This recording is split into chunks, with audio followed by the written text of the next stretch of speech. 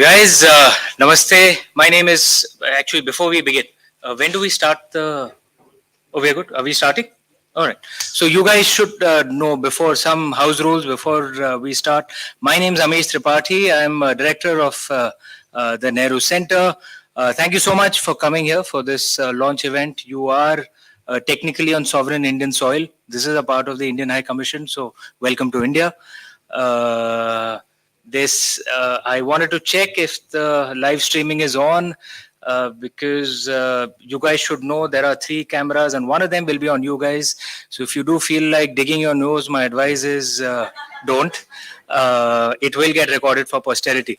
We are here to launch the book of the translation by Nandana Sen, this wonderful book, Acrobat.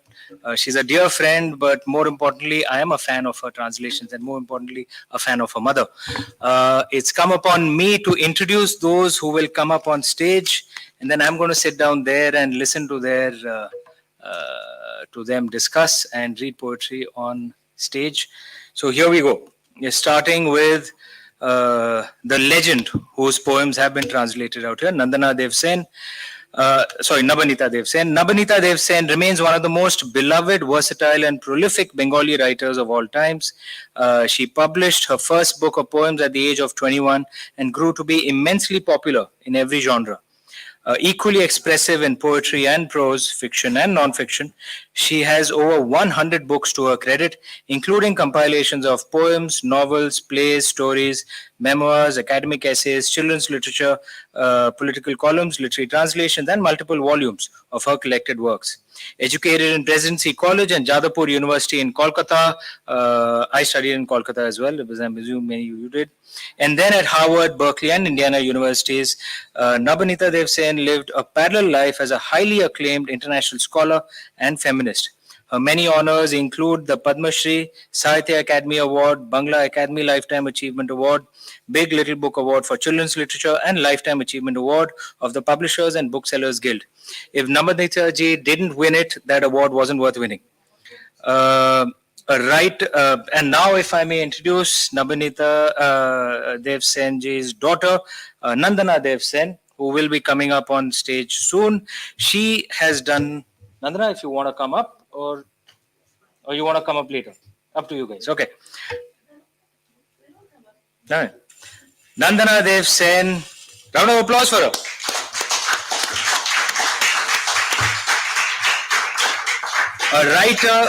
A writer, child's rights activist, and an award-winning actor, Nandana Dev Sen is the author of 6 children's books, which have been translated into more than 15 languages globally, and 2 collections of her translations are of the poetry of her mother, Nabanita Dev Sen.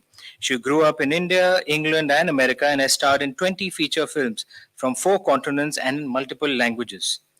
After graduating from Harvard University, where she won the Detur Book Prize as well as the John Harvard Scholarship and Elizabeth Agassiz Award each year, and studying filmmaking at the USC School of Cinema and Television, Nandana worked as a book editor, a screenwriter, a translator, and advocate. All right. Okay. An advocate for child protection.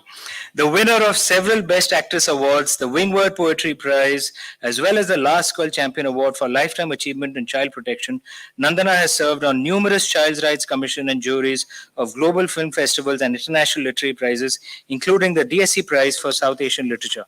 Nandana is the Child Protection Ambassador for Save the Children India, a global author advocate for girls' education for Room to Read, and a director of the Women's Refugee Commission New York, where she serves on the Programs and Advocacy Committee. Nandana is not just, a beacon of beauty and intelligence. She's a fantastic actress, a fantastic author, and most importantly, a wonderful human being. Lovely having you here on the Nehru Center. And the troublemaker and an argumentative Bengali, yes. Yeah, no, I've got the real troublemaker coming up now. Farooq Dhondi. Farooq Dhondi is a British Indian writer. Everyone knows that's true. Farooq Dhondi is a British Indian writer. He was born in Pune, India in 1944. And after school and college, there won a scholarship to Pembroke College, Cambridge. His works of fiction include The Bikini Murders, The Bombay Duck, and Prophet of Love. He's also written several screenplays, including Bandit Queen and Mangal Pandey, The Rising. Pleasure having you here. And last but not the least, Sangeeta Datta is a writer, filmmaker, and film historian. Come, Sangeeta. She promotes South Asian arts in the UK. She is director of Bethak, a non-profit arts company, and Stormglass Productions. Trained and published in Tagore music, Datta has been a research fellow at the University of Sussex and SOAS UK, and is the co-author with Costa Bakshi and Rohit Dasgupta of Rituparna Ghosh, Cinema, Gender and Art. Her critically acclaimed work includes the award-winning feature film and adaptation of King Lear, Life Goes On, the stage production of The Dying Song, and Gitanjali 100, and the documentary Bird of Dusk. Pleasure. We are going to see a film on your mother, Amrita ji, soon, and then after that, we will have the conversation by these three fine people, and I'm going to sit and listen to you guys.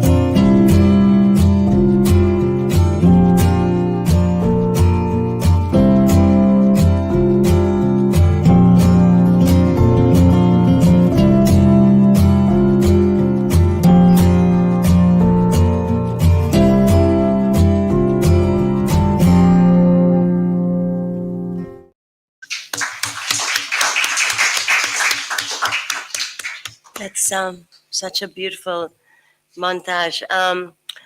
Happy Poetry Day, everybody. Thank you so much for being here with us. I am really grateful to the Nehru Center and to Boy Talk, especially our friends Amish and Sangeeta Di, also Archana, Mamoni, Shubho Lakshmi, and of course the one who's been sort of silently arranging a lot of the things behind the scenes, Shivani. So thank you all for making this very beautiful event happen. I wanted to say that I can see many of you who are here today are very dear friends of mine. Many of you were very close friends of my mother's. And many of you felt very close to her through her writing. My mother had a very long and very friendly, very energetic friendship with the Nehru Center, and it over her long years of work. And it feels very auspicious that we have all gathered here today on this day of celebrating poetry at the Nehru Center, remembering her work. So huge thanks to all of you for being here today and for making it so very special.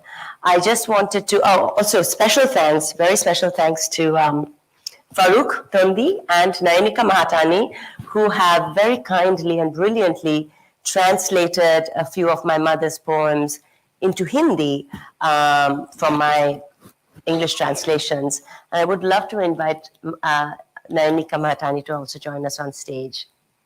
Sangeeta Di.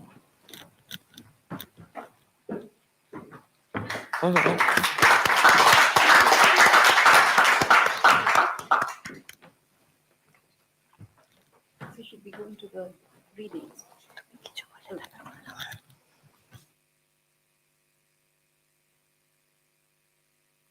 Be here at the Nehru Center.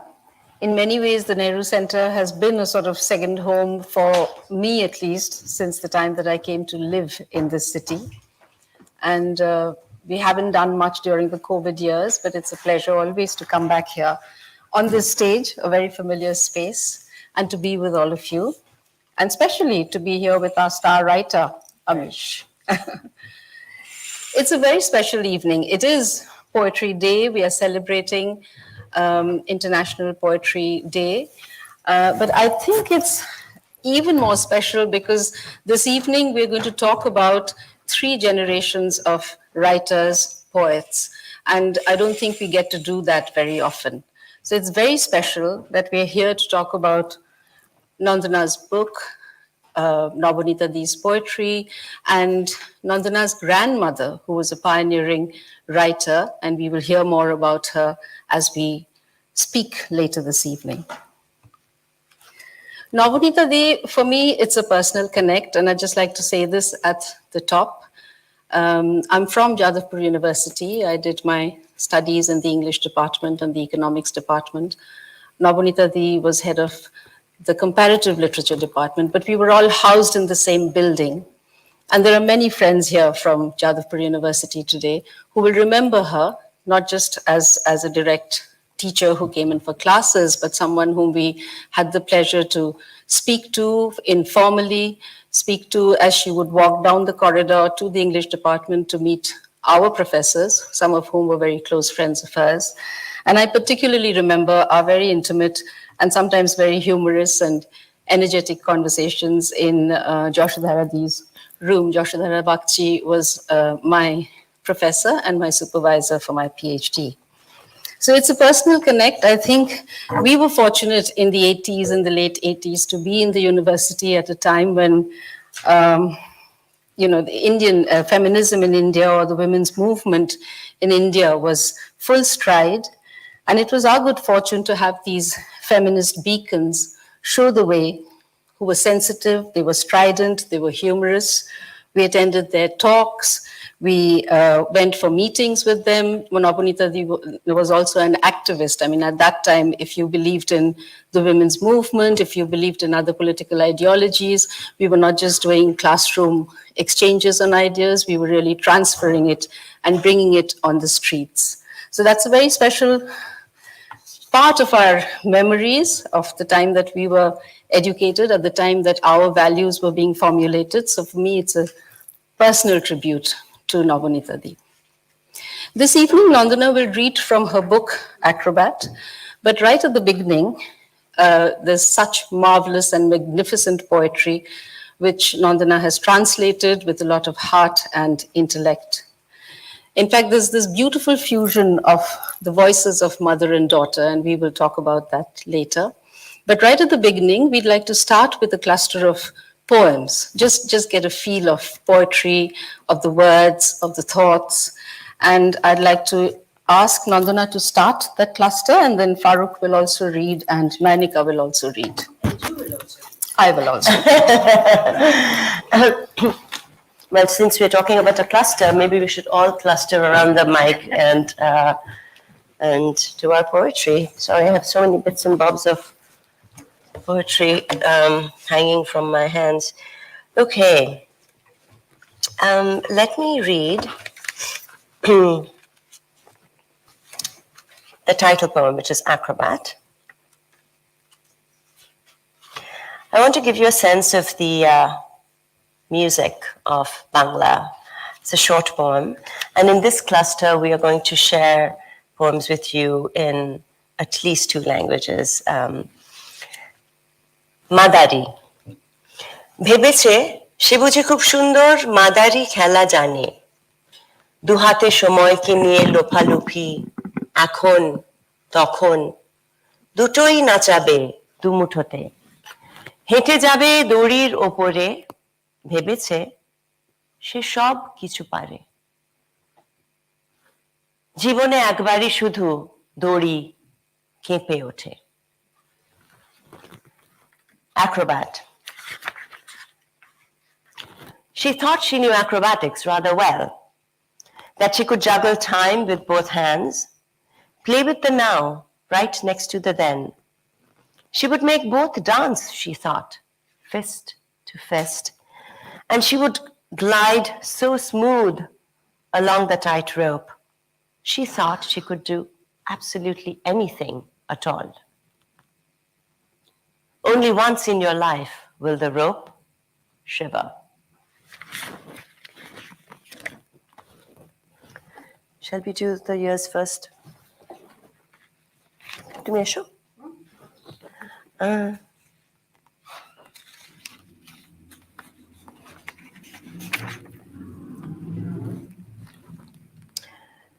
So I'll do that in Bangla and you do it in English. Okay.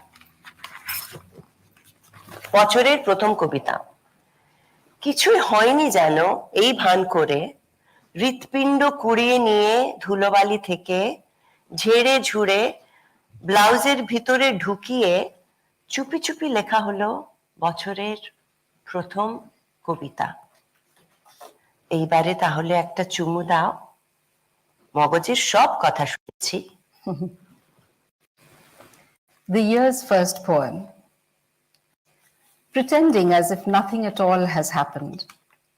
Picking up the heart from the sand, dusting it clean, pushing it back inside my blouse secretly. The year's first poem gets written. Won't you kiss me now? I followed every instruction of my brain. Farooq, come change. So Farooq and Nainika very meticulously and beautifully translated a couple of my translations of Ma's poetry into English. So they're translations kind of once removed. This one is called Change. Come. Everyone changes little by little, never completely, not all the way, but only a little, just enough to transform summer, monsoon, winter, night and day. बदल हम सारे धीरे धीरे बदलते रहते हैं लेकिन पूरे के पूरे नहीं कभी नहीं सिर्फ उतना काफी है इस बदलने में जैसे गर्मी से बारिश या रात से दिन Alphabet bird.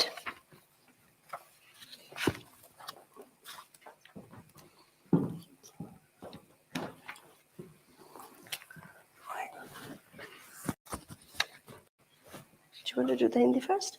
Okay. अक्षर का पंछी जब रात ढलती है मैं उसे ढूंढती हूँ उसे घर लाती हूँ उसके आंखों में आंख डाल मैं कैद रखती हूँ भाषा को जब सुबह होती है एक बार फिर दुनिया मेरी आंखों को ढक लेती है और वो उड़ जाता है हर शब्द को लेते हुए वो अक्षर का पंछी Alphabet bird. When night falls, I search for him. I bring him home. I look him in the eye and I cage language. When day breaks, once again the world wraps around my eyes and off he flies, taking each word, that alphabet bird. I'm going to end this section with a poem that's a favorite of mine. She had a long series called the Love Series, Bhalobasha.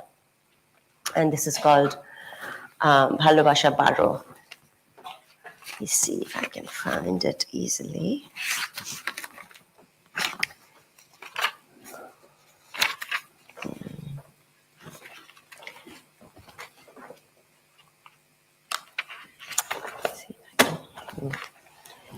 Can anyone tell me which page Out of Reach is on? 70 something?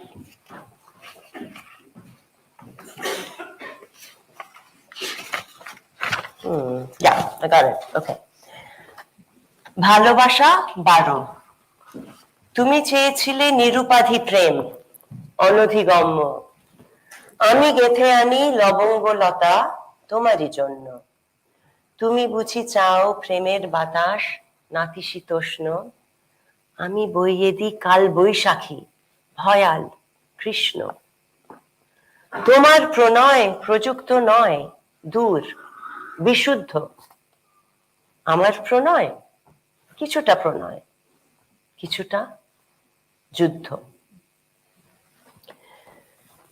You asked for a nameless love out of reach. I weaved you a wreath of blooms, each to each. You want love's temperate breeze, softly sighing. I blew you a thunderstorm, terrifying. Your love is detached, afar, chaste to its core.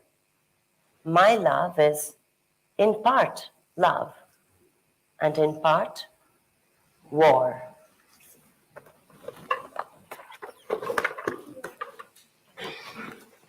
So, shall we? Oh, sound? Yeah, sound. Do you want to do the sound? Whatever. Do it in पहली आवाज या Yeah? Do it in English Hindi? first. Do it English first? Okay. both the sounds. We'll do it together, yeah? Okay. Sound one. When you say love me a lot and call out, both arms swaying, somewhere in an abandoned plot, a wedding band starts playing and the train crosses the bridge.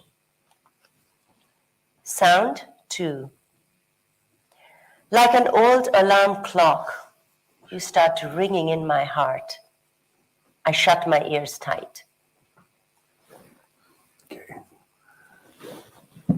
पहली आवाज, जब तू मुझसे कहता है मेरे से बहुत प्यार कर और गले लगाने के खातिर दोनों हाथ खोल के बुलाता, तो किसी वीरान मैदान में शहनाइयां बजती है और कहीं रेलगाड़ियां पुल के पार पहुंचती है। दूसरी आवाज, जैसे एक पुराने घंटों की घड़ी तू बजते रहता मेरे दिल में, मैं तब कानों बिल्कुल बंद रखती।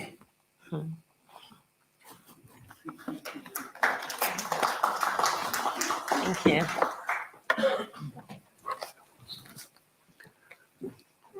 The big one.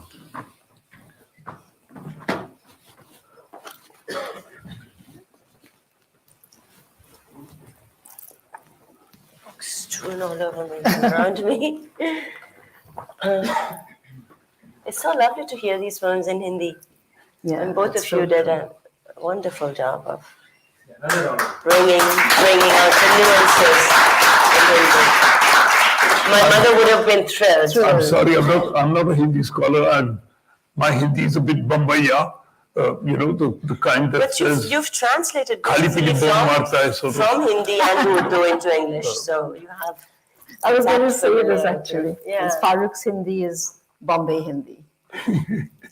Yeah, but it's a language. I can't It help is a it. That's language, what I was yeah. It's also a lovely fit because these poems, I mean, not all of my mother's poems are as casual in their language and their form of address as these poems. So I think it fits it perfectly. And Nernika's translation is also so gorgeous. Very beautiful. Yes, There's a long story behind that poem. If there's time, we'll come to it. I thought that the poems, as you translated them, are very direct. They're not Sanskritic. Doordarshan would be ashamed. Well, I think there are one or two poems that Doordarshan would be very proud of I'm sure. and toast. So yeah, we have. She had a way actually of kind of bringing together. She was quite influenced by our classical literatures and by world epics because she studied comparative literature and epic poetry from all over the world. So she had an outlook that kind of found the every woman in the stories of the archetypal heroines of all the classics. Yeah, the epics especially. Yeah. So I'm sure we could find one or two to keep the classicists happy. Well, I think those poems set a tone and you get a sense of the voice that emerges, the poet's voice that emerges, and all the translators who bring something to it, different layers to the poetry. But I'd like to start today by talking about your two-generation legacy of poets. You're the third generation. And as I said, it's not every day that we can talk of intergenerational writers, poets in the same family. So can we talk a bit about the sort of atmosphere that you grew up in, and your grandmother and your mother and you, both the sisters, housed in this house called Bhalobasha, which translates as love, but also translates as Bhalobasha, a good house or a beautiful house. And this house, in a way, is a sort of literary landmark in South Kolkata. I live very close to this place. We cross the house almost every day. There's a young florist girl who sells flowers right in front of your house. Fulwali, yeah. And there's on the ground floor now, there's this bustling coffee shop, Yeah. a cafe. So it comes with lots of memories and lots of words, really, lots of things that you've heard there. So tell us a bit about growing up in this wonderful house called Bhalobasha. Growing up in Bhalobasha Badi. Well, first, I'm realizing that a lot of you in the audience have actually been in Bhalobasha Badi. I can't really see because I won't be able to see if the hands go up, but just so that I can feel it. Will you raise your hand if you have been in Bhalobasha Badi? I know that Caroline and Chris have been there, and Baz and Hillary. At least 10 people. Yes, exactly. So, and Mamuni and others. So yes, Bhalobasha was always a center of cultural conversations, spontaneous musical soirees, and several of you here have actually been to one such spontaneous soiree at my mother's home, Bhalobasha, when on my husband's birthday.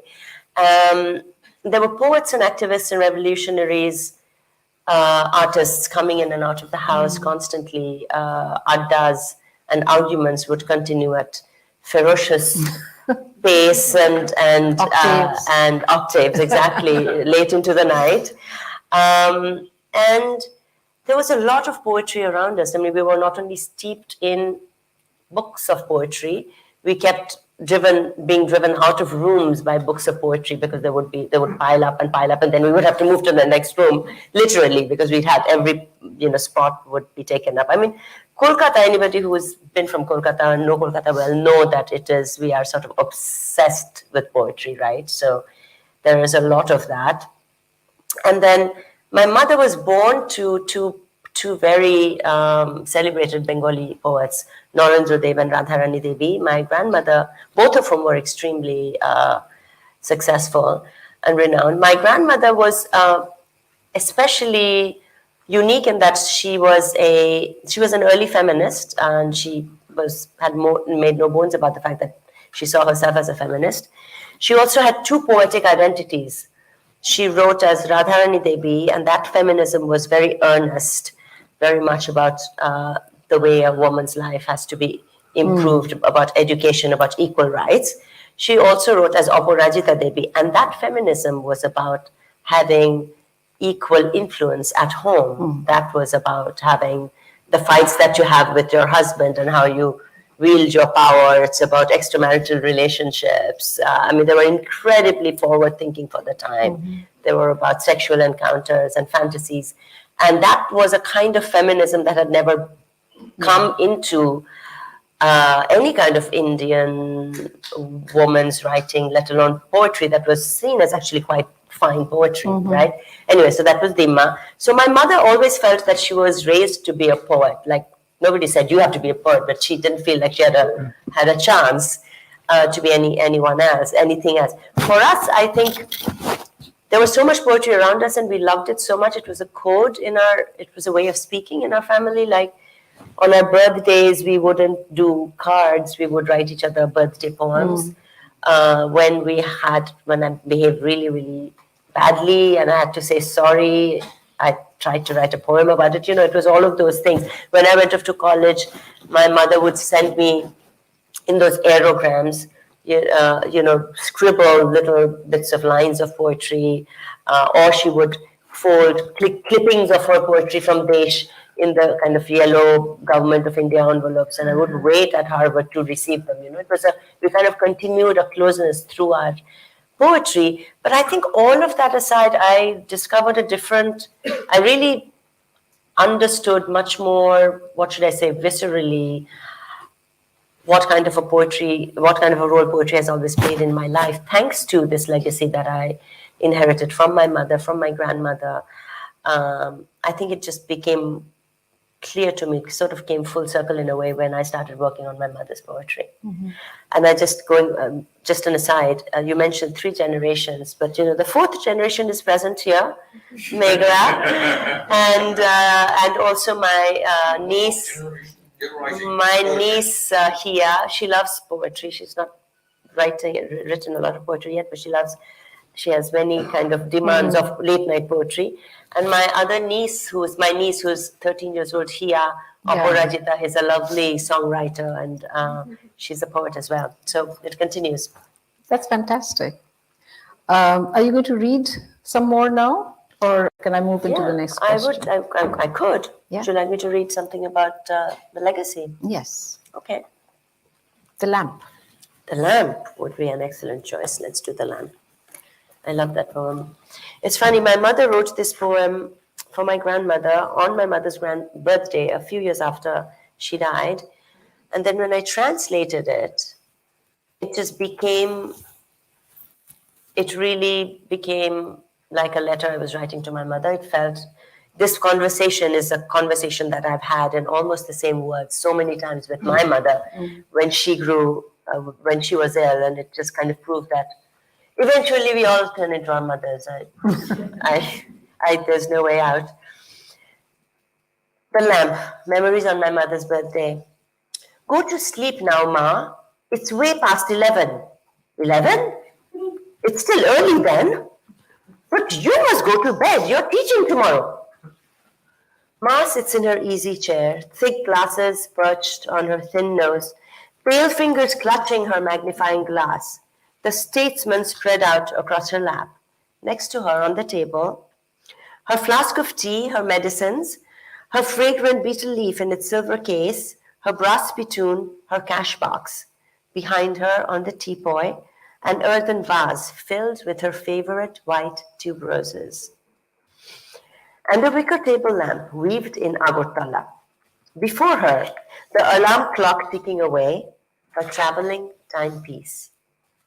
As Ma turns the pages of the newspaper, its noisy crackle splinters the quiet night. Closing my book, I come to her.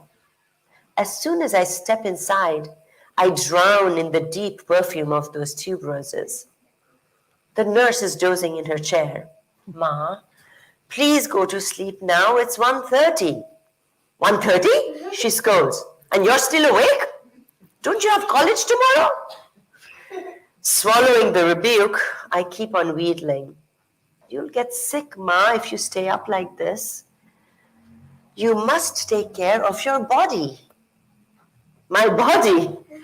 Ma breaks into laughter that sparkles like jewelry shimmering from head to toe. How much more sick can it get? And what use is my body anyway? I go to her one more time before I sleep. It's 2:30, Ma. Do call it a night. Come, let me take you to your bed. Yes, I'm coming, just coming. There's only this one tiny bit left. Reading isn't so easy now, you see. It's the gift of these cataracts. With a slight smile, embarrassed, apologetic, she buries herself again in printed words. Under the glowing light of the table lamp, with her focus on the magnifying glass, the ticking of the alarm clock fades away. As I walk back to my room, I hear her speaking softly to the nurse. No, no, my dear. No, don't turn off the light. Keep that lamp switched on, please. I have just one more page left. Just one more page left. One more paragraph. One more sentence. Give me one more word, dear nurse. Just one more day. That's absolutely beautiful.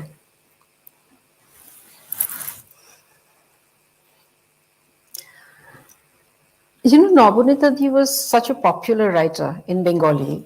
Of course, one of our foremost women writers, but also an extremely popular writer. And what was popular was her prose, her stories, her novels, her fiction, her travelogues, her essays, her humorous writing. And that's the sort of persona that emerged from her prose writings. But when we come to her poetry, it's another surprise because you're suddenly hurtled into this world of chaos, of heartbreak, of loneliness, of very, very, very poignant feelings, also very profound feelings, and another Navunitadi emerges from the poetry. So, what are your thoughts about a writer holding many selves within themselves, particularly women? I think. Yes, I think she wrote, even the first poem, Acrobat, in some ways is about the multiplicity of woman's identity and the precarity of kind of losing your balance as you navigate between various identities. I think what is remarkable about, I mean, you're absolutely right, her great kind of huge popularity comes basically from her narrative nonfiction, which are laugh out loud funny. Her poetry, which is what she became famous for, and her first few books were books of poetry, that she saw as the truest expression of her emotions, of herself. And she allowed there was a lot of artistry in her poetry, but absolutely no artifice. She had to be, her poetry was really raw. It was visceral. It was often disturbing. It was quite bloody in lots of different ways.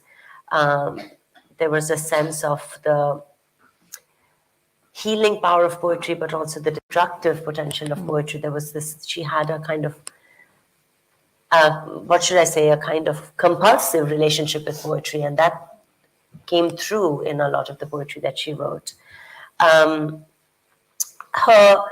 It's interesting, she wasn't planning to write prose. She started writing prose because she felt that the poetry was giving herself away, that she couldn't hold back enough of her life, enough of her private self in her poetry. And at the same time, she was not comfortable with sharing all of that. And yet she didn't feel that she could do it any other way through poetry. And there was a lot of curiosity, men and women, first of all, assumed that everything that she wrote about was about her personal life, even when it wasn't. Second, assumed that if she is going there, then, then they could ask her about everything that they had every right to be curious about every detail of her personal life. So when that happened, she had a very interesting response to it. She said, okay, you want to learn more about my life? Fine, I'm going to open the doors to my home to you. And you can come inside and take a look at this so-called dysfunctional, broken home.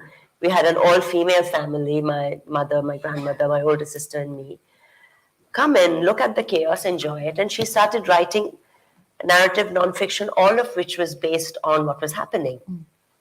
Our relationships with each other, the poetry, the animals, the endless, kind of menagerie of animals we had at our home, all of that. And so what was common in both of them was that she was uncompromisingly honest. She was as honest in her prose as she was in her poetry. But the prose had irreverent humor in it. It had self-deprecating, it had a very self-deprecating sense of irony. It had, laugh out loud moments. And it was infectious. It was truly infectious. Whereas the poetry really drew you inside and explored the loneliness, the betrayals that she felt all her life, the anxieties that she felt, a lot of which, again, I only fully understood, even though I had always known those poems. It was when I was translating them and I kind of I had to find the language for her emotions. I had to make her feelings my own to find the right expression for it. I think I only fully understood how vulnerable she was at that point. But going back to to the fact that you were saying, the point you were making about how her persona in prose was so different from her persona in poetry, I think, she's written poetry about that too. And she always felt that she had two eyes that were very, very different. One eye was always a bit sad, and the other eye had a different outlook onto life. And in fact, you've translated a poem, That's right. which be very beautifully. Do you want to read that in Hindi? It's the birthday poem. That is a birthday poem, yeah. And the fairground poem. The fairground poem is also lovely. The fairground poem, But in which, but the two eyes are clearly there Yes. in the birthday poem, yeah, which we will read. yeah, let's read. I would love you to read it. Read the You want me to read the English English first? Yes. Okay. জন্মদিনের কবিতা. Which page is that on?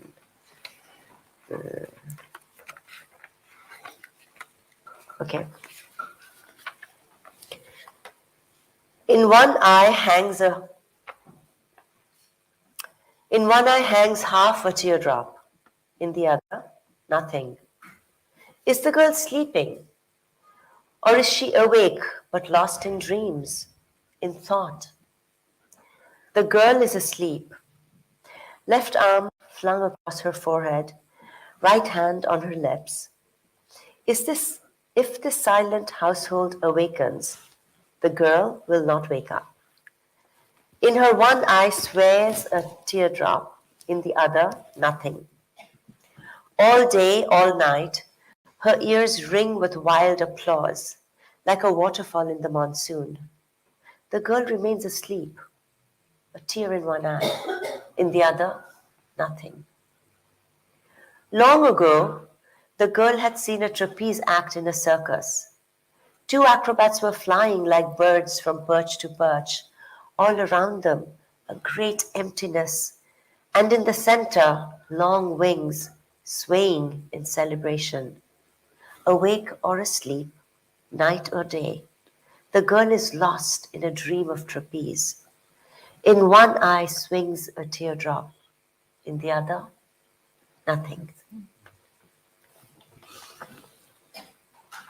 मेरे जन्मदिन की कविता। एक आंख में आधा आंसू लटकता है, दूसरे आंख में कुछ नहीं। लड़की सो रही या जागती, लेकिन सपनों में खोई है या विचारों में।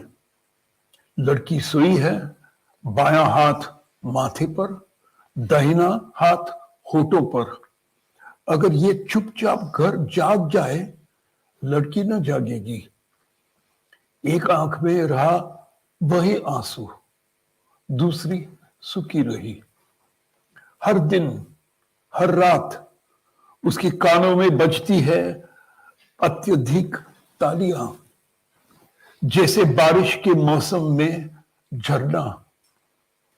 फिर भी लड़की सोती रहती है, एक आंख में आंसू, दूसरी में नहीं। कुछ गए जमाने में देखा था सर्कस में ट्रपीज का नाटक।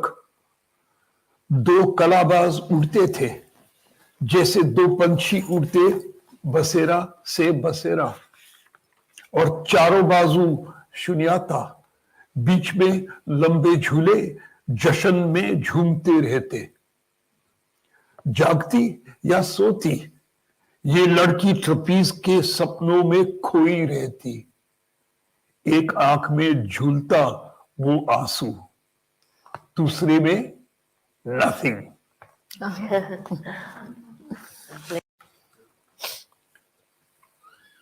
So with that, I'd like to ask both of you about the process of translation, really.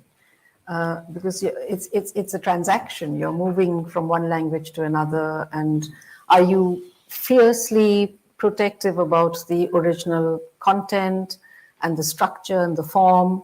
Or are you consciously adding something more to it? I'd like to hear what you say about Acrobat, and then Farooq about opening it further about translations of Rumi. And I would like to open it even further and ask you about your translations of Tagore and Yes, Javed. we talk about that. So, translations, they're considered literal, they could be transcreations, they could be betrayals. And when we were working on the Tagore translations from Bangla to Hindi, and these were songs, Tagore songs, Javed Sahab said something very beautiful, and he said this act of translation is like pouring perfume from one bottle to another. And in the process, some perfume will fall out, some of it will evaporate, some of it will escape. But whatever enters that second bottle is also new and also precious. So when And he will says it- it in Urdu, of course, it's even more beautiful. And will intensify over time and get Yes. even stronger. Yeah. Yeah, there's so much to say about that. Do you want to answer? I mean, I can get started very easily, and then I'll have to. No, we won't take lots of Curtail time on myself it to because stop. we'd like to get the Yeah. audience into Yeah. the conversation. What I would say is that when you talked about your household and the interaction with your mother and the interaction with your grandmother's past and so forth, it's clear to me that the household spoke both languages and that the culture from which the poems come, the heart and the emotion from which the poems come, can easily be in Bengali or in English. And so your job of translation was a kind of crystallization of those emotions, which could be expressed in one language or the other. When one is translating something like Rumi, which is 14th century, Right. and we are now here in the 21st century, right. and we are talking about a Persian poet living in Turkey who has a completely different culture. Right. Apart from the standard Sufi Islam that has passed down to us, we can understand that culture, but to translate it into English is a completely different task from what you were doing with the emotional crystallization of your mother's poems into English. So I think that's absolutely true. it's that you transgress times, you transgress centuries, and you transgress cultures, and you transgress countries. And you and you are in a different political context. So I know, there's also that. One thing that struck me was a statement by Yevgeny Yevtushenko, the Russian poet, who said translations are either beautiful, if they're beautiful, they're not faithful, and if they're faithful, they're not beautiful. Actually, he said something much more, but I'm glad you're not repeating that. one has to be very careful these I can days. guess what he must have said. I thank you for not making any similes here that we would not appreciate. And that- But that's a very, and there's that But wonderful Italian saying, right? Translator, traitor, which is Yeah. which no, is what true. lost in translation is a good idea. What I've seen of Ruby translations is that people don't try and get three things correct. They don't do Ruby who writes in iambic pentameter. They don't do Rumi's versification and music. Right. They leave that out. And they don't do the Sufi Islam that Rumi intended. Because in Sufi Islam, when you say the beloved, you don't mean the girl next door, right? Or the girl you saw on the train. You mean A spiritual, God. yes. You mean God, Yes. the spirit within you. Shall I read you a short poem? Absolutely. Yeah, please. Okay. That would be lovely. It's called The Definition of Love. One definition of love is to fly up to the heavens, tearing every veil, to breathe, and at the first breath to deny that breathing is to love with no avail, and taking a first step without your feet, which only confuse advance with retreat. To see only the truth and not the eye, which is the chief instrument of the lie. I spoke to my heart saying, we have won entrance into the circles of the heart. And did this breath come only from the one? And from what or whom did this throbbing start? So speak, O bird, the language of the air, its music, which I can interpret. The soul in flight says it has no regret. Witnessing his creation, I was there. When he in heaven's workshop worked away, creating the world with water and clay, and though I tried to make good my escape, they dragged me back to give me my spirit shape. Beautiful, beautiful, beautiful. It's interesting. I think with my mother's poetry, there were, I mean, to go back to that, there are so many bits, sub questions in what you asked. I think there were the technical challenges, there were the emotional challenges, there were challenges that had to do just with the way Bangla is as a structure, So, for instance, yes, of course, you can translate from contemporary Bangla to contemporary English much more easily than what you were doing. But Bangla is a language where you can express a whole universe of emotion in just a few words, and when you translate it into English, it just becomes a really large, clunky block of text, right?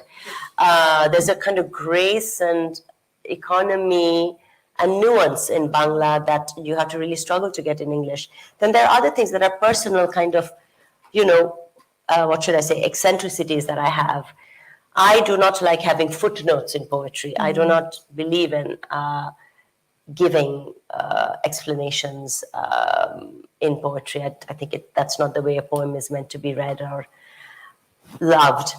So my mother was very often influenced had a lot of cultural influences on her poetry, the classics, Indian literatures, Western classical and contemporary literature, and they made their way into her poetry in very wonderful ways. But I didn't want to footnote. I'll give you a few examples. I mean, for instance, one poem which I'll read out, called, it's one of her most iconic poems, Ekal Chirokal. In English, it's called Right Now Forever. And that poem, is clearly written about an epic battle. It invokes the Kurukshetra. You have a clear reference to Draupadi's Vastraharan. You have a reference to the Krishna being the charioteer. So they're very, very clear references, right? At the same time, I wanted to translate. This was one of the poems that took the longest to translate, because how do you evoke all of that without explaining it? You either expect that anyone who knows about it a little bit will get it. Anyone who doesn't know about it will find herself in a world that's rich enough and resonant enough that something about the emotional experience of that world of epic battles and a woman fighting against all odds will come across, even if it is not clear that it's this particular story. It will become every woman's story, right? And if you're curious, you can look it up, of course, and Google it and find things, right? So there were lots of ways in which and then there were questions like, when you're translating, my mother loved puns, so she would use words that would have multiple meanings. How do you translate those? Yeah. What do you choose? Can you translate it into a pun? Sometimes I could. If not, what is the choice that you make? And she would make up words. She was a great neologist. So how do you translate words that don't exist, right? About the rhyming, I felt very strongly that any poem she had written in rhyme, I should translate in rhyme. Now, different poets and translators have different and completely justifiable approaches to that. For me, because I knew her work so well, and I knew that she loved rhyming, she had a mastery in rhyming, and she used rhyming to not just kind of decoratively, she used rhyming to spring surprises, sometimes the surprises were quite dark. She used rhyming to underscore emotions, to actually deflect expectations. I mean, she did a lot of really intricate and what should I say? She was naughty with her rhymes, so I didn't want to lose them. So that meant that a lot of the poetry took much longer to translate because I kept to the rhyming scheme and the metrical. If she had written it in iambic pentameter, I would read it in iambic. So do you want to pentameter, read etc. one of these? Yes, let me read. I'm keeping an eye on the time, and Yeah, we'll have to wind up soon, before which we should open it up to questions. yes, we absolutely must. So let's do. Why don't I do this poem that I was telling you about? Do you want to read it in Bangla? Yes, Or, I if mean, you I can can read find both. it for me. Yeah. Yeah, read both, read both. Can I read both in Bangla? Okay.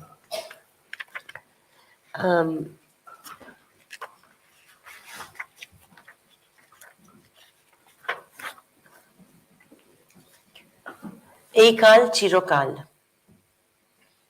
हमको मिटा सकेंगे जमाना में दम नहीं গালেব আমাকে নেবাতে পারে এত শক্তি রাখে না সময় কখনো ভেবো না আমি সময়ের মুখ চেয়ে থাকি সময় আমার সঙ্গে খেলে যাক যুদ্ধ যুদ্ধ খেলা যতই কারুক সারি লজ্জা বস্ত্র ঠিক থাকে বাকি মন্ত্র বলে বেলা হয়ে যাবে সব যা ছিল অবেলা ধর্মযুদ্ধে প্রতিবাদী চিরকাল দাঁড়ায় নির্ভয় যেহেতু সপক্ষে তার ঈশ্বর সাধিত মহাকাল স্বয়ং সারথি হয়ে সব বুহ ভাঙেন উত্তাল যতই দিক না যুদ্ধ খণ্ডকাল হবে পরাজিত এই তো জেনেছি শাস্ত্রে যতটুকু হয়েছে অধীত অখণ্ড কালের পক্ষপাত ধন্য আমি মহাশয় আমাকে রাঙাবে চোখ এত শক্তি রাখে না সময় How many of you know Bangla in this room? Can I see hands? I guess half, maybe? No, not quite. A third? Great. Well, then you got this. One word. Okay.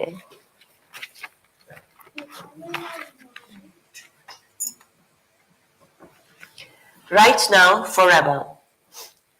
Time has not the power to extinguish me. Don't think for a moment that I wait upon time. Let time keep on playing his absurd battle game. Every time he strips me, I rise clothed without shame. With the force of prayer, of spells magic and divine, all that was untimely will turn auspicious, sublime. In a just war, the rebel stands forever unafraid. For her ally is eternity, who, divinely arrayed, guides her chariot, destroying the enemy line. Thus, a divisive age will be defeated and spurned. Though it brings on great wars, it will lose every time. From all our scriptures, this is the truth I have learned. Please know that I am cherished by an undivided, infinite age. Time will never have the power to scorch me with its rage. Oh, very beautiful. So this one was probably the one that took me the longest to translate, and there's just a couple of funny things about it. My mother, I asked how many Bengalis are there. There is no word called khondokal. Khondokal does not exist as a word. It's a word that my mother made up. Now you can translate it as a part of time. You can, khondo is part, kal is time. You can translate it as a part of the time, which is different from a part of time. You can translate it as divided time. You can translate it as divisive time. Now, I feel that when you translate, and this is a question you had asked earlier, what do you do you pay attention to the context into which you are translating? Are you being pure only to the context in which it was translated? And I feel that when you're translating, you're creating a new text, and it belongs to the here and the now. times, yeah. And in my case, when I was making the choices, the word that most fit it was divisive, although there were many other choices. Also, this is a poem, you could probably hear the archaic language. It's written in iambic pentameter. It's, to me, even though it wasn't written as a sonnet when I was translating, it somehow became a sonnet. It kind of converted itself into that. And then we also kept the kind of complicated rhyming structure, which is very different in this one. So, yeah. Yeah, so we're going to run out of time soon. Shall we open this up to some questions Sure. quickly? So can we take some questions from the audience? Oh, there are hands up already. Is there a mic to go around?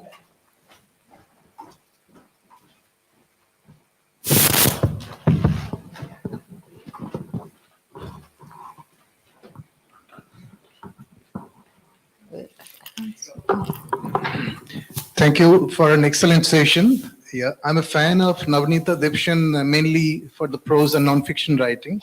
Great. So from the Where are childhood. you? I can't really see you. Can you Right, wave? I'm here. Hi. What's your name? My name is Prabir Chaudhary. I'm also from Jadavpur University. Namaskar, Prabir. Yes.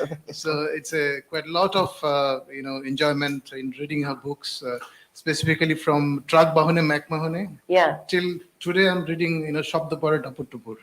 that's a beautiful one. Yeah. Yeah, and Noti Navneeta. So it's an excellent session.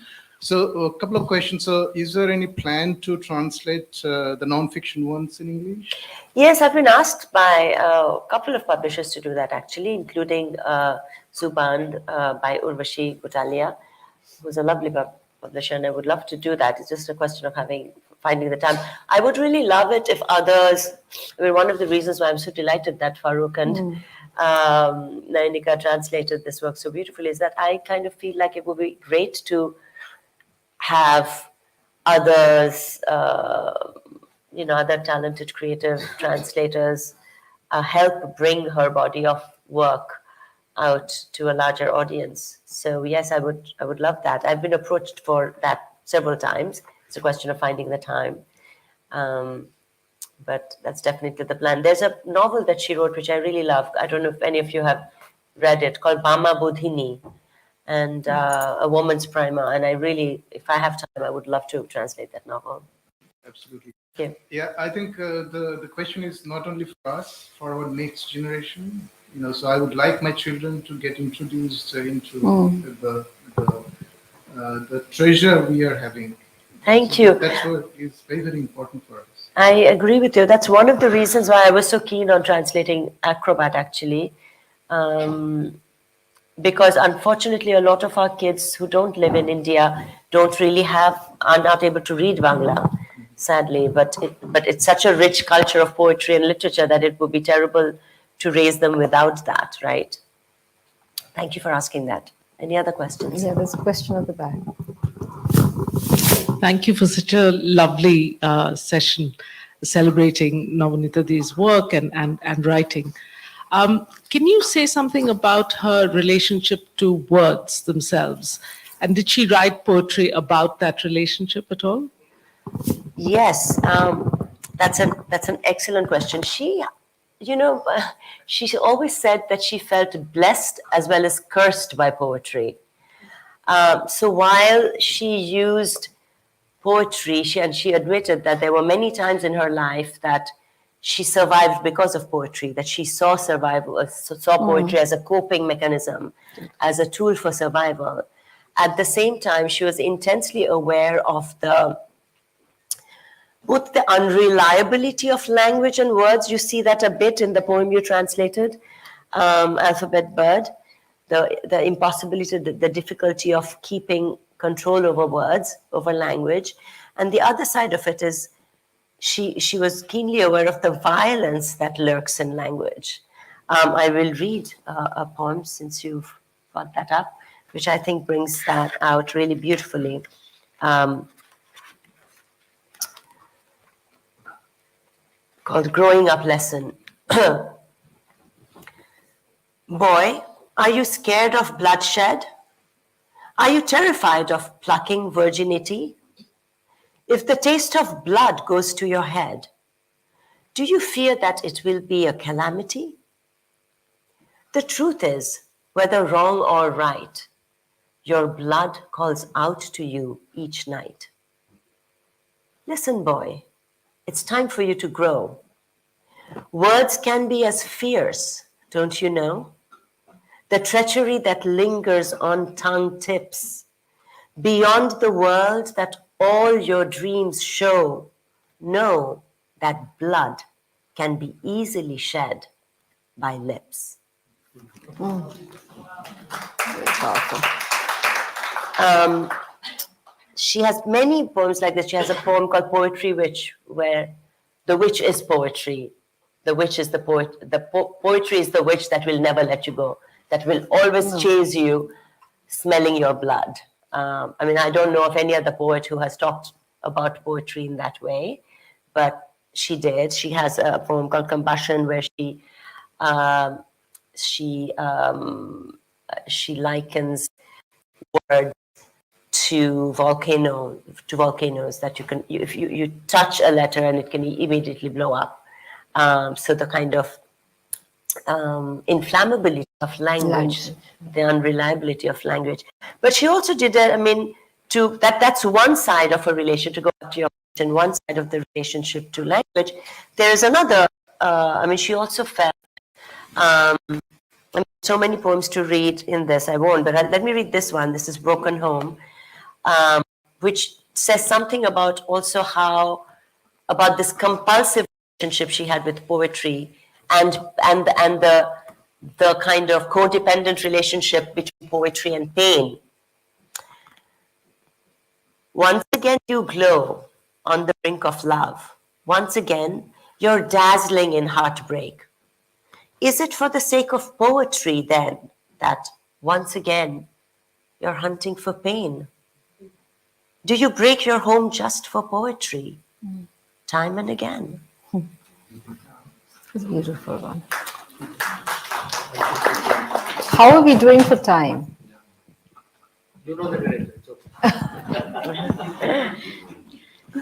So, Nandana, I just want to share something about my first meeting with your mum, She was so fond of you. as I was of her. So, this was at one of Nandana's birthdays, and this was the first time I was meeting her. And she asked me about, do you have children? And I said, yes, in fact, I also have a daughter called Nandana. And she took my hand and she said, we're going to be friends forever. You're my Sakhi, you're my Shokhi. And she had this really playful, sort of ageless energy about her. And then we were chatting as if we were the same age. So what I want to ask you is to please share maybe a poem of hers which reflects this, playfulness, this ageless vibrancy. Yes, I would love to do that. Let me read to you Cat of the Day. So there was a part of Ma that never grew up. There was a little girl in her that, we all often needed to scold and discipline, and that was always optimistic, never gave up a dream, never shied away from picking a fight. I mean, there were all of those things that were really, and there are actually two poems that I can think of like that. I think maybe I'll read them both, since we've been, in Bengali you go to the Maharaja and you say, Abhoye bolbo na nirbhoye bolbo. Shall we say with fear? But Amadir, we have asked the Raja and he has said nirbhoye bolo. So this one is called, Now the Raja is very big. it's called Catch of the Day. I want to chop it up, slice it into pieces, grind it into a paste, season it, then shut it in the oven. They didn't win, the sun, the rain, the earth. It's still all raw inside, floundering like a catfish, still alive, freshly caught, my youth. You're gorgeous poem. So powerful. And I think another one that I remembered, which is, I know, one of your favorite poems and one of your favorite poems, because both of you had it on your list, which is not that long, but a little longer than this, is The Great Fair. Okay. Let me find that, if I can get it here. Yes.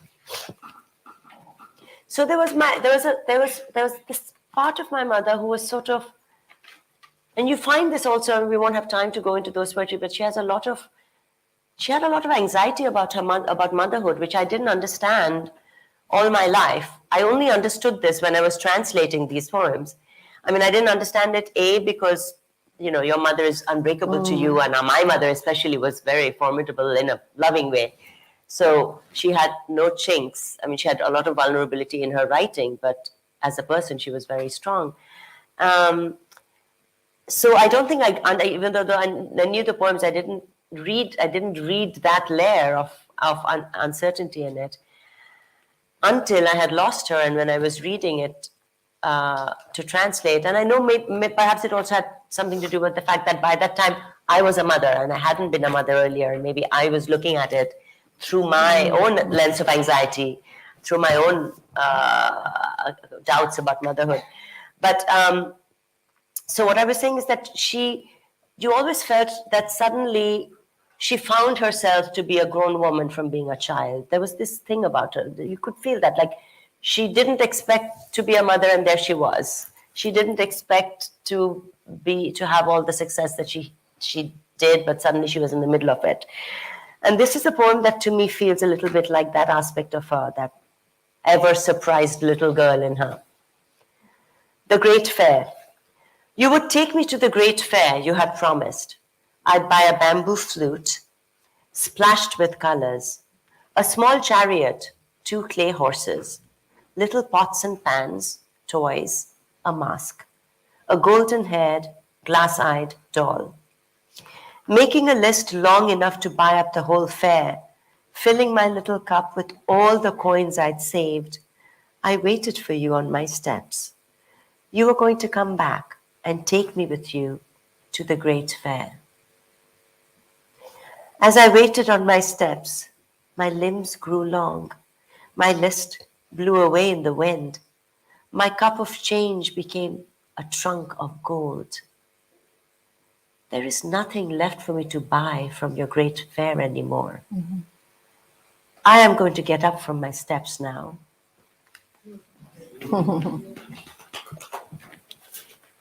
If I may, the last question. All three of you are exceptional translators. I have a question. Shall we take the question? No, sorry. But finish your question, yes. We'll come back to that. I had a question on language, essentially, because all three of you are exceptional translators. Over the last few decades, the increasing dominance of English in India. Bengalis have really kept the language alive very well. In my UP, Urdu, Mushairas, Hindi Kavi Sammelans have really kind of died out almost. The younger generation reads Hindi, Bengali, Tamil in the Roman script, often. How do you see this playing out? Is there a fear of a monoculture, and how will this impact? Because your mother's poetry really brings out the beauty of the roots of the land. If we lose the language, it's so telling, and it's so astute of you to make that observation, because my mom was actually someone who felt extremely strongly about this, and years ago. So when she moved back to India from England, she decided very consciously, she made a political choice to write only in Bangla. Why? Because she anticipated that more and more our regional languages and literatures were going to be seen as obsolete. They are not going to be read as much, that the younger generation would lose their, especially in the cities, would lose their connection with their mother tongues. And even though she was perfectly bilingual and she wrote all her academic work in English, she insisted on writing all her creative work in Bengali. And she felt that that was the responsibility, that she was accountable to do that. That was what she owed to her language, to her mother tongue, and to that. She also She was a very keen follower of English writing in Indian writing in English, but she anticipated that there was going to be an explosion of it. This is in the 70s.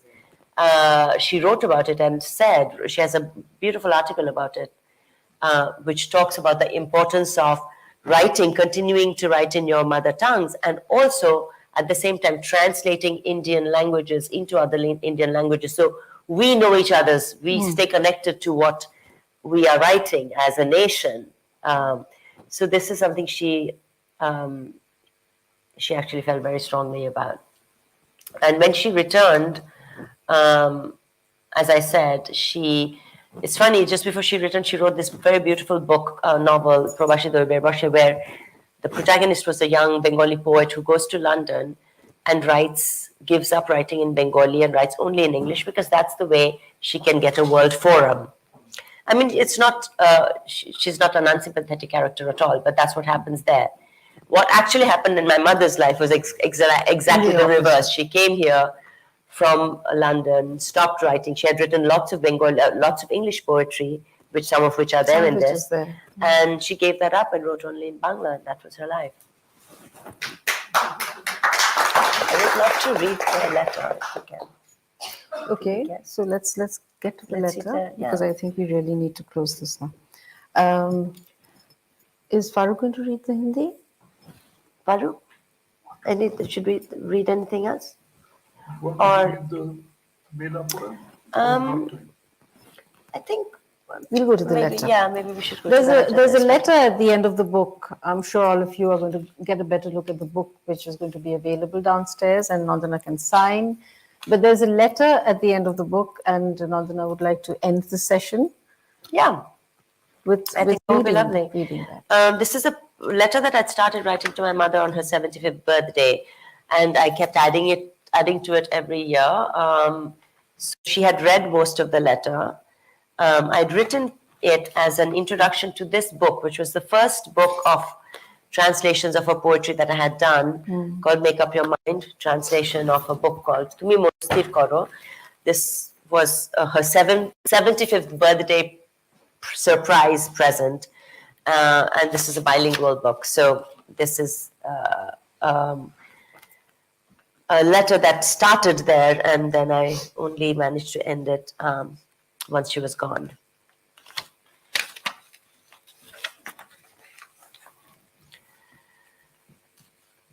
A letter to Ma. My first semester in college. You arrived in between your conferences, suitcases and admirers in tow.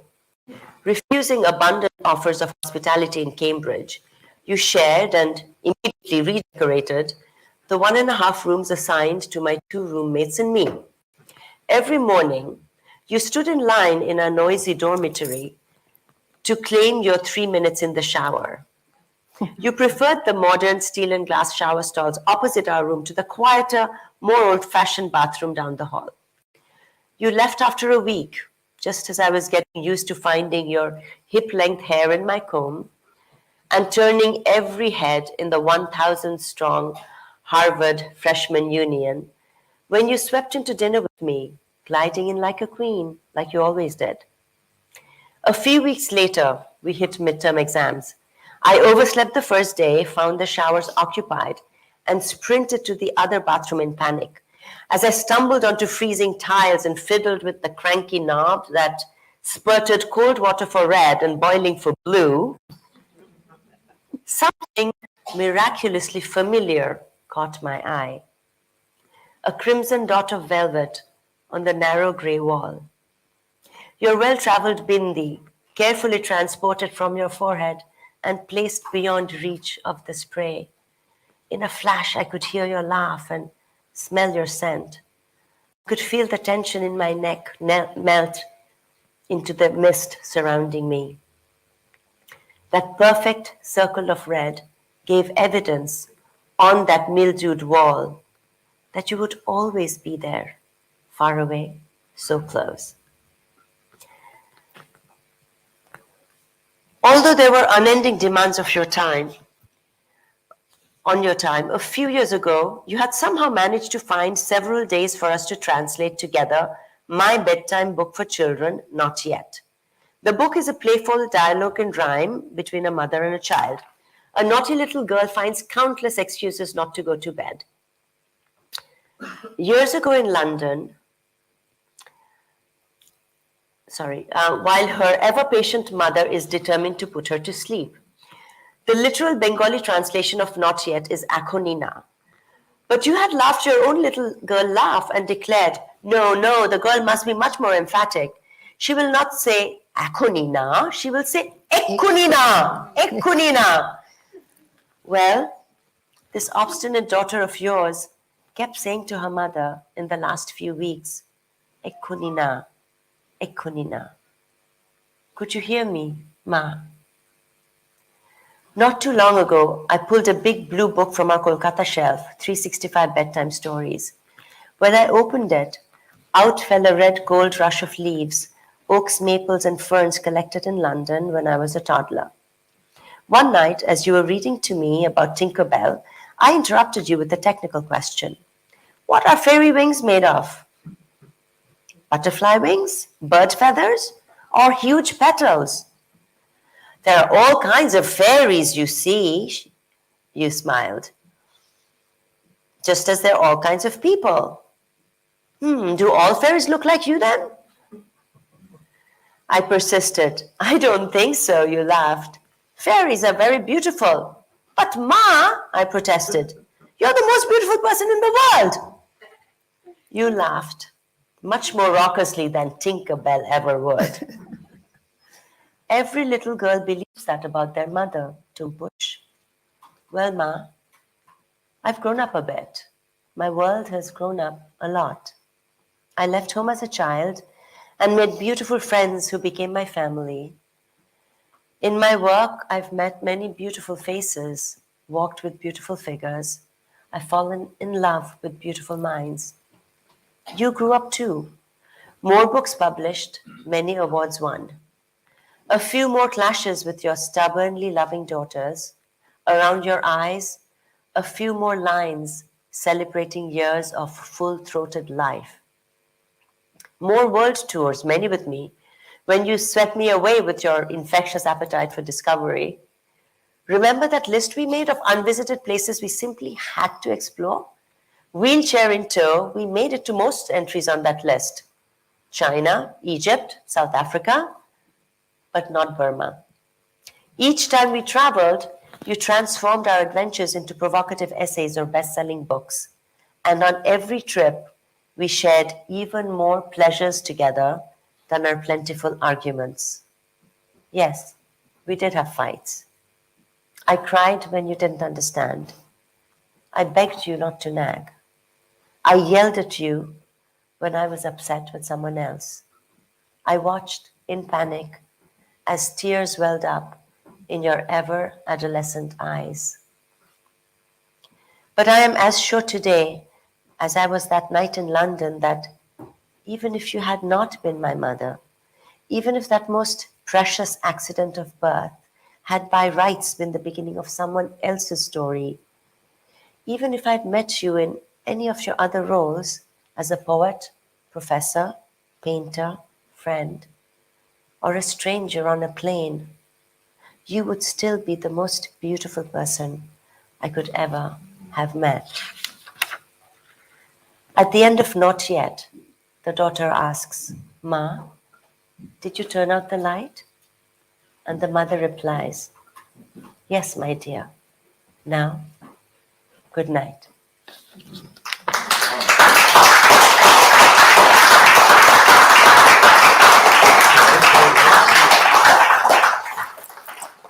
On that note, we'll have to end this session. Thank you, Farooq. Thank you, Nandana, for a very, very moving session. For a very, it's this combination with Navneeta Di, with you, the heart and the head. They work together, they walk together. And we did that in this session. We did that. And both of you, all three of you, your wonderful translations, your beautiful interpretations, and it was just a very special evening for me. May this poetry travel through many more languages and reach many more people. Thank you, Amit, for this space. Thank you for being here. Thank you so much.